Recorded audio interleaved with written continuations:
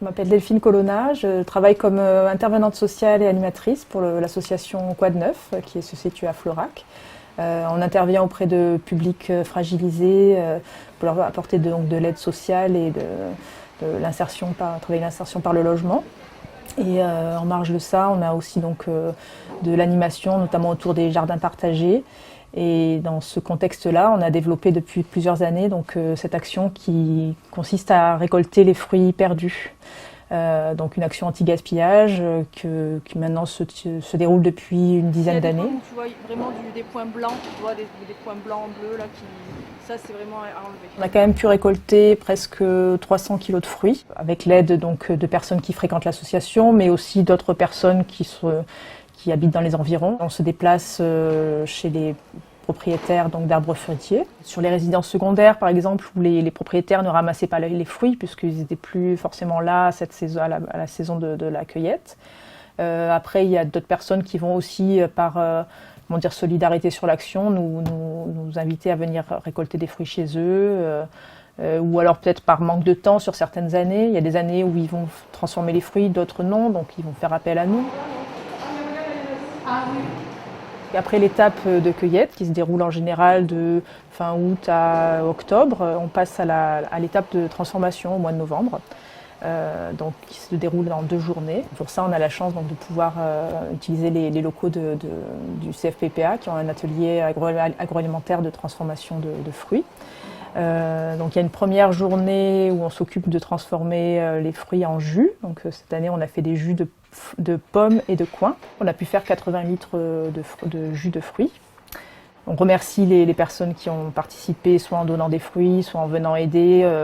Donc on les remercie en leur donnant du jus de fruits. Et ensuite, le restant est vendu à prix coûtant à l'accueil de Quad Neuf. Il y a une deuxième journée pour la transformation en purée de fruits. Là encore, il y a plusieurs étapes à faire dans la journée. Ça commence avec le lavage des fruits. On lave les peaux d'ailleurs aussi, qu'on réutilise d'une année sur l'autre. Il y a une étape qui consiste à chauffer les fruits pour les ramollir un petit peu. Après ça, on peut les passer à la raffineuse qui va séparer la pulpe du fruit des déchets, donc la peau, les pépins, etc. Donc tout ça nous a permis ensuite de faire des mélanges de fruits, sans sucre ajouté, hein, bien sûr. C'est pour ça qu'on parle de purée de fruits et non de compote. Donc la dernière étape après, c'est l'empotage.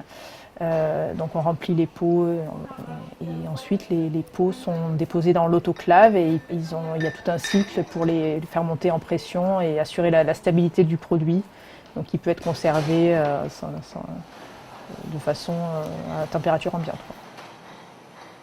Cette année, on a fait 235 pots en tout. Donc c'est quand même une belle production, dont une partie, à peu près la moitié, sera donnée à la crèche de Florac pour les repas des enfants. Et l'autre partie sera utilisée déjà pour remercier toutes les personnes qui ont donné de leur temps et aussi qui seront vendues à prix coûtant aussi à l'accueil. En fait, au-delà du fait que cette activité permet de rassembler des personnes d'horizons différents, c'est aussi une façon de travailler autour de l'alimentation, comme d'autres activités qu'on peut mener dans l'association pour permettre une alimentation plus saine et abordable à tous, quoi. Pour l'instant, on transforme principalement les fruits, mais ça peut arriver de façon ponctuelle que des personnes nous livrent des légumes en grande quantité. Dans ce cas-là, par exemple, ça a pu arriver qu'on fasse des pots de soupe qui puissent aussi être donnés à tous les participants. Voilà. C'est une action qu'on souhaite continuer sur les prochaines années et bien sûr en partant du fait qu'elle est rendue possible grâce aux personnes qui donnent des fruits et qui viennent aider à toutes les étapes de la cueillette jusqu'à la transformation.